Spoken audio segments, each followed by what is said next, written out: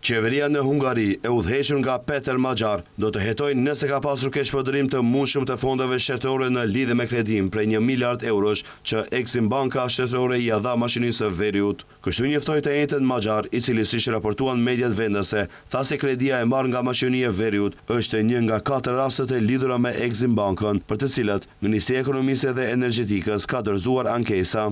Ai theksoi se kredia u dha në kushte shumë të favorshme me një normë interesi prej 3.25%. Kredia, tha ai, do t'i kushtoj buxhetit hungares 90 miliardë forinta, rreth 248 milion euro, për shkak të diferencave të interesit. Kjo paraqet një barë prej 90 miliard forintash, rreth 248 milion euro për buxhetin hungares, ndërsa shteti hungares mori përsipër garanci 100% për kredin në udhëheqjen e qeverisë Orbanit, tha Maxhar.